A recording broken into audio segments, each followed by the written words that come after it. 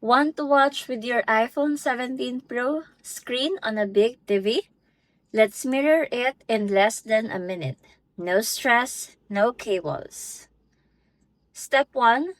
Make sure your iPhone and TV are on the same Wi-Fi network. If they're not connected in the same Wi-Fi, screen mirroring won't work. Next, swipe down from the top right corner of your iPhone to open Control Center. You can also use your AssistiveTouch to open your Control Center. And then you tap the screen mirroring.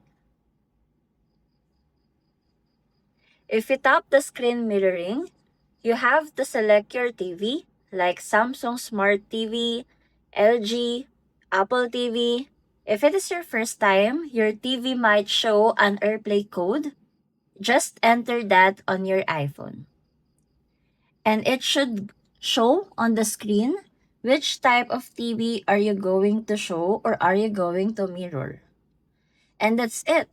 Your iPhone 17 Pro screen is now mirrored to your TV. Perfect for photos, videos, and even games.